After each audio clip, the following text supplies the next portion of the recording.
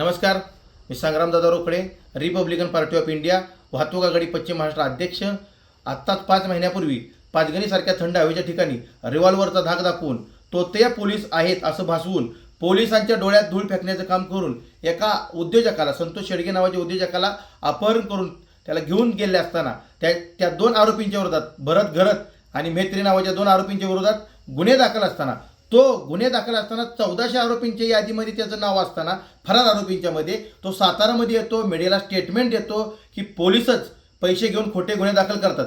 जर सातारच्या पोलिसांना माझा सल्यूट आहे. LCB असेल, सातारा SP असतील, यांनी 24 तासामध्ये गुन्ह्याची उकल केली, तात्काळ आरोपींना अटक केली.